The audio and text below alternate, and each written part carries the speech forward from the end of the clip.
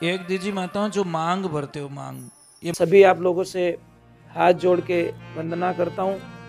हमारा जो चैनल है श्री सोनू महाराज, वो चैनल जरूर सब्सक्राइब करें और इन वीडियो को शेयर करते रहिए।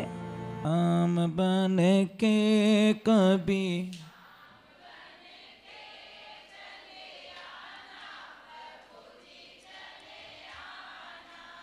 कितना अच्छा लगता है।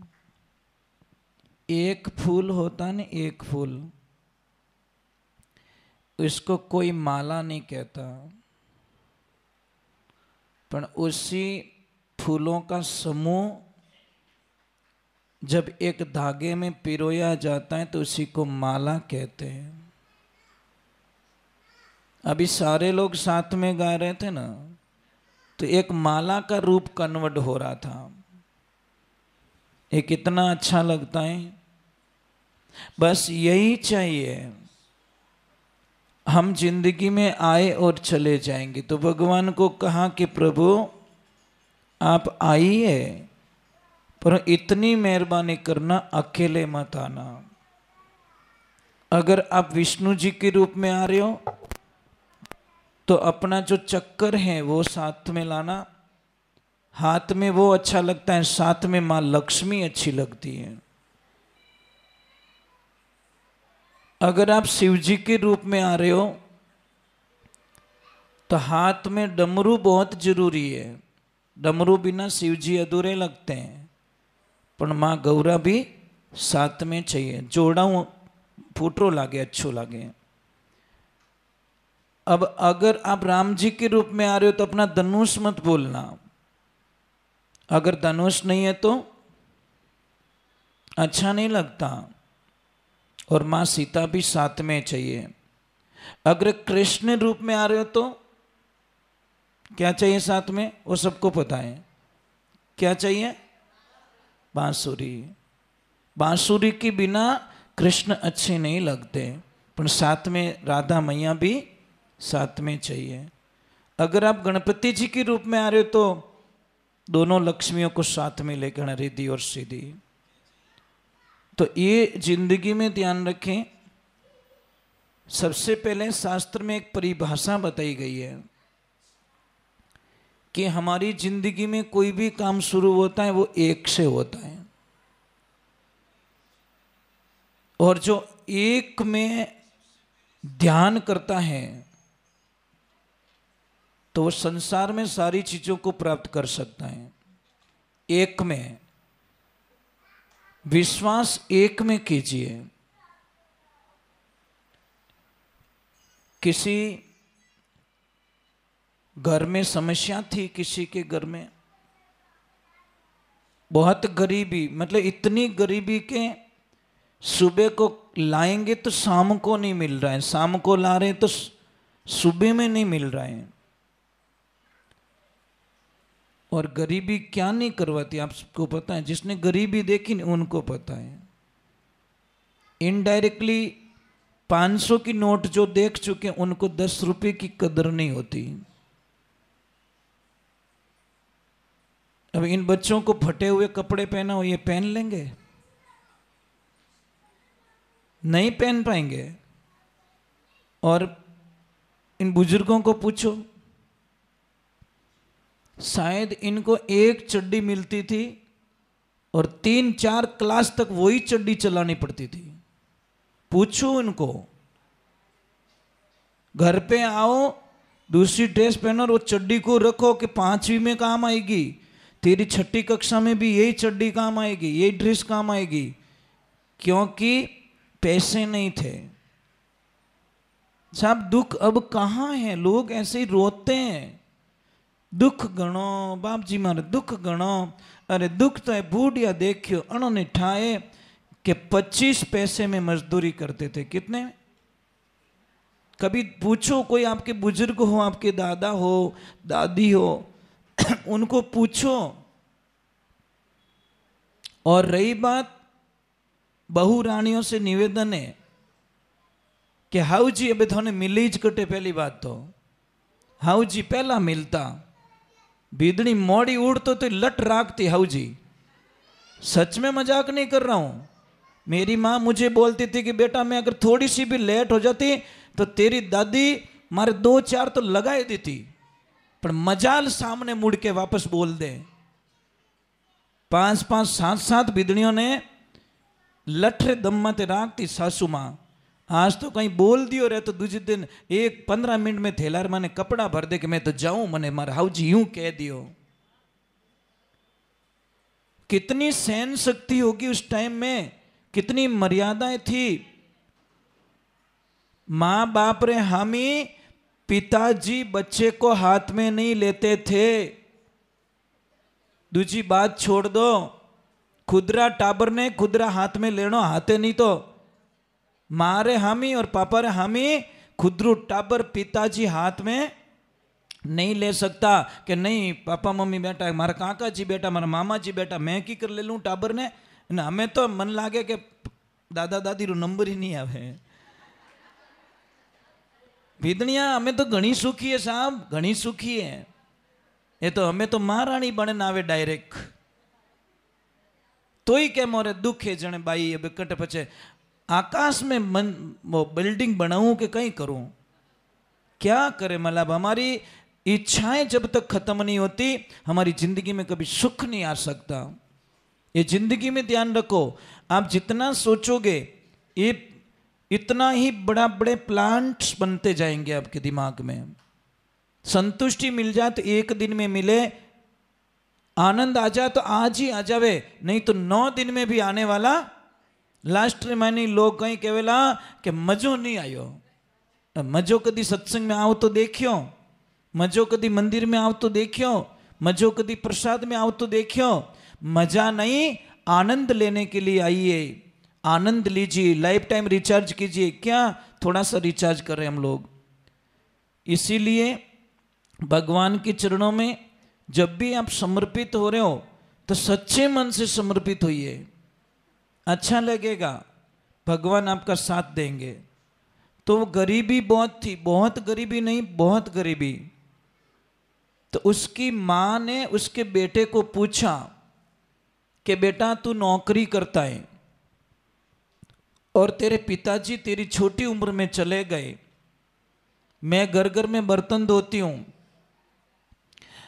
मैंने सुना है कि यहाँ से कोसों दूर कोई महाराज जी रहते हैं, वो आने वाला भविष्य बता देते हैं, इसलिए तो उनके पास में जा और थोड़ा भविष्य जान के आ कि गुरुजी हमारी जिंदगी में कभी सुख आएगा या नहीं आएगा।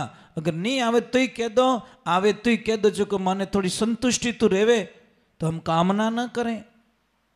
भाई किने पया मांगो, रोज ही भी ने कहो जो अंत में तंग एवड़ो कहीं कहे भाई नहीं देना रहे तो ना तो पाड़। जो मेरा एक लिस्ट में से नाम तो निकल जा भाई हमें वो देवण वालों रोज का, अरे देव हेठो कट जा भैया, देव हेठो पर देवे को नहीं, 5 साल हो गया मना करे को नहीं। तो वो बच्चा सेठ जी से छुट्टी लेता है और सेठ जी को छुट्टी लेके वो निकलता है। संध्या काल हो जाती है और शाम को कहीं एक हवेली थी, हवेली के बाहर जाके बैठ गया कि अनजान इलाके में हूँ, पता नहीं यहाँ के लोग पता नहीं कैसे हैं, मैं वहाँ पे बैठ जाऊँ। तो ऊपर से देखा किसी ने कि एक लड़का बैठा है।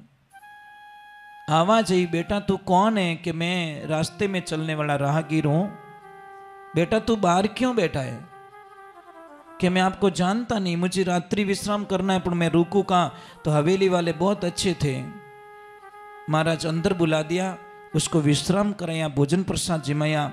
सुबह में जब वो रवाना हुआ तो हवेली वाले दादा ने पूछा, बेटा कहाँ जा रहे हो? कि दादा मैं बहुत दुखी हूं और मैं जा रहा हूं गौतम ऋषि के पास में। क्या लेने के लिए जा रहा है बेटा? कि गुरुजी मैंने सुना है कि वो सारे दुख दूर कर देते हैं, आने वाला भविष्य बता देते हैं। तो दादाजी ने बोला, बेटा मेरा भी एक प्रार्थना है, मेरा एक प्रश्न है, वो जरूर गुरुजी को पूछना, हो सकता है उस प्रश्न का कोई जवाब मिल जाए। तो उसने बोला ठीक है मैं पूछ लूंगा। कौन सा प्रश्न है? कि मेरी पोती है, 22 वर्ष की उम्र हो चुकी है, बहुत होशियार है, पर वो बोलती नहीं है, बोल नहीं सकती वो। तो उसने बोला ठीक है मैं पूछ लूंगा। अब जैसे ही आगे गया, फिर रात हो गई, और जैसे ही रात हुई तो महाराज वहां पे एक महाराज जी थे, उनकी कुटिया में विश्राम कर दिया। महाराज जी ने सुबह पूछा कहाँ जा रहे हो बेटा? कि गुरुजी मैं गौतम ऋषि के पास में जा रहा हूँ। कि क्यों? कि मेरा कोई प्रश्न है। कि बेटा मेरा भी एक प्रश्न पूछ लेना। कि क्या? कि मैं 1000 साल से इधर तपस्या कर रहा हूँ, परंतु मेरा मोक्ष नहीं हुआ। बोला गुरुजी ठीक है मैं पूछ लूंगा। ठीक जैसे ही आगे गया, फिर संध्या हो गई, फिर एक किसान का खेत था, झोपड़ी थी, वहां पे विश्राम किया। सुबह में निकला तो किसान ने पूछा कहाँ जा रहे हो? कि मैं वहां जा रहा हूं। कि मेरा भी एक प्रश्न है, पूछ लेना। कि क्या? कि मैं इस खेत में सारी जगह बीज एक जैसा डालता हूं, सेम मेहनत करता हूं, परंतु एक कोने में कभी फसल होती नहीं है। मैं पूरी मेहनत कर चुका हूं, सब कर चुका हूं, पर यहां पे कोई बीज उगता नहीं है।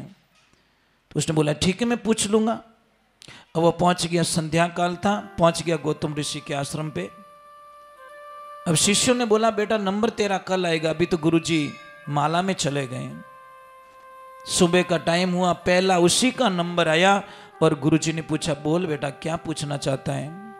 कि गुरुदेव, पर गुरुजी ने बीच में टोक दिया कि बेटा ध्यान रखना, मैं सिर्फ 3 प्रश्नों के उत्तर देता हूं, चौथा प्रश्न मुझे मत पूछना।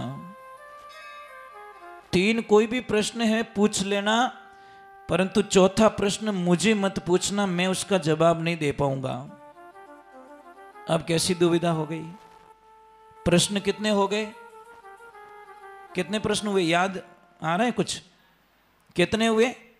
एक राजकुमारी का, एक संत महात्मा जी का, एक किसान का, एक खुद का। अब उसने विचार किया मैं छोड़ू किसको? क्या मैं उस किसान को छोड़ दूं जिसने मुझे सहारा दिया, रात्रि विश्राम दी और मेरी हेल्प की? मैं उसको तो नहीं छोड़ सकता। क्या मैं उस महाराज जी को छोड़ दूं जो 1000 साल से दुखी है? क्या मैं उस गुड़िया को छोड़ दूं जो 22 वर्षों से बोली नहीं है? उसने बोला चलो यार, इनके दुख से तो मेरा दुख नॉर्मल है, चलो मेरा ही प्रश्न छोड़ देता हूं। देखिए देखिए क्या लीला है।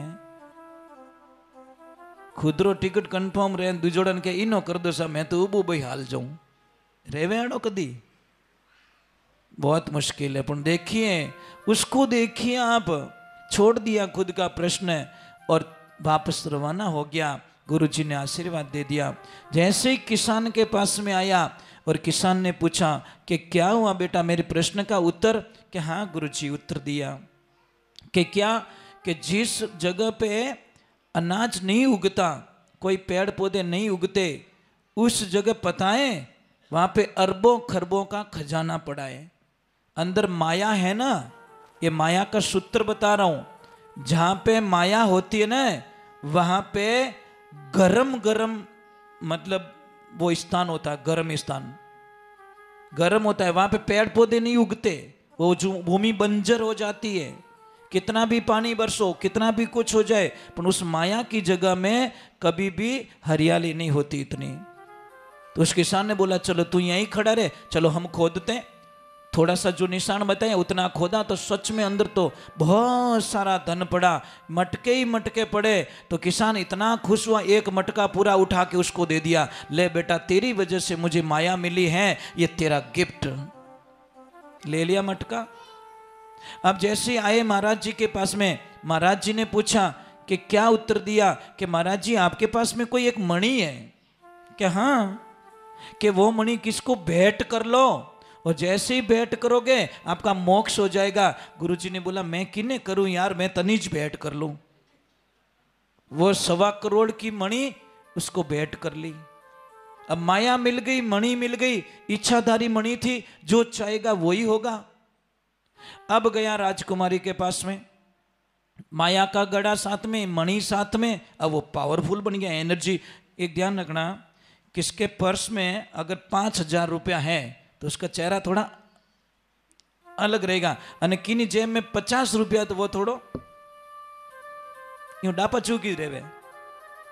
ध्यान रखना, पावर एनर्जी। आप कहते हो ना पैसे में पावर नहीं है, कैसे पावर नहीं है? देखो किसके जेब में पैसे डालो आप, फिर देखो उसका चेहरा देखो, 5 मिनट में चेंज हो जाएगा साहब। एक बच्चे को कभी पैसे देखो तो देखो, जब मांगता है तब फोटो खींच लो और पैसे देने के बाद में फोटो खींच लो, आपको चेहरे में चेंजिंग आई, क्योंकि एनर्जी प्रोवाइड हो गई, एनर्जी घुस गई उसके अंदर, रिचार्ज हो गया उसका। ए बेटा दोनों सलाह करिए कि हाँ बात तो सही है, क्योंकि प्रयोग करे दी के घर है, बच्चे होते ना। अब जैसे ही वो आए, चेहरा खिला खिला अच्छे से, दादाजी ने पूछा बेटा क्या बताया? कि दादाजी गुरुजी ने बोला है कि जैसे ही ये लड़की अपने होने वाले पति को देखेगी और तुरंत बोलने लग जाएगी। अब देखो, जैसे ही वो लड़की बाहर आई, उस लड़के को देखा और वो बोलने लग गई। दादाजी के भाई आइस थारी लुगाई थुई जीनो बींद ब्याह कर दियो, पाछो गयो जने हाथे बाईसा ने लेनी ज गयो। ये होता है, इसलिए कहते संत मिलिया इतना टले काल जाल जम चोट, शीश नेवाया ढे पड़े लख पापोरी पोट। ये संत मिलन को चालिए तजमाया अभिमान, ज्यों ज्यों पग आगे धरे कोटि यज्ञ समान। ये संत मिलन का एक चमत्कार था और खुद का त्याग किया, इसीलिए उसको मिला। और खुद का त्याग अगर नहीं किया होता तो शायद ये चीजें उसको कभी मिलने वाली नहीं थी। तो अब समझ में कुछ आया? कुछ इस कहानी का पूरा सारांश समझ में आया कि खुद की इच्छाओं को त्याग करे, बस दूसरों की खुशी में खुशी ढूंढे, खुद की इच्छाओं को त्याग करे, परंतु नहीं होती। बस मैंने बोला ना, ये ब्रो पावर जमाने को, मने कहीं पूछियो, ये बहुत बड़ा बीमारी है, ध्यान रखना। तो चलो हम लोग भगवान के चरणों में जाते हैं और प्रभु को याद करते और माता जी को याद करते। बोले श्री भगवान की, बोले आई मात की, राधे कृष्णा की। एक दीजिए माताओं जो मांग भरते हो, मांग, ये मांग क्यों भरते हो? मैं भजन गा लेता हूं, इसका उत्तर आपसे मांगूंगा। भाई उत्तर तो देना ही पड़ेगा आपको। देखते हैं सच में मांग भरते हो, उसका उत्तर आपके पास में है कि नहीं है, वो देखना है मुझे।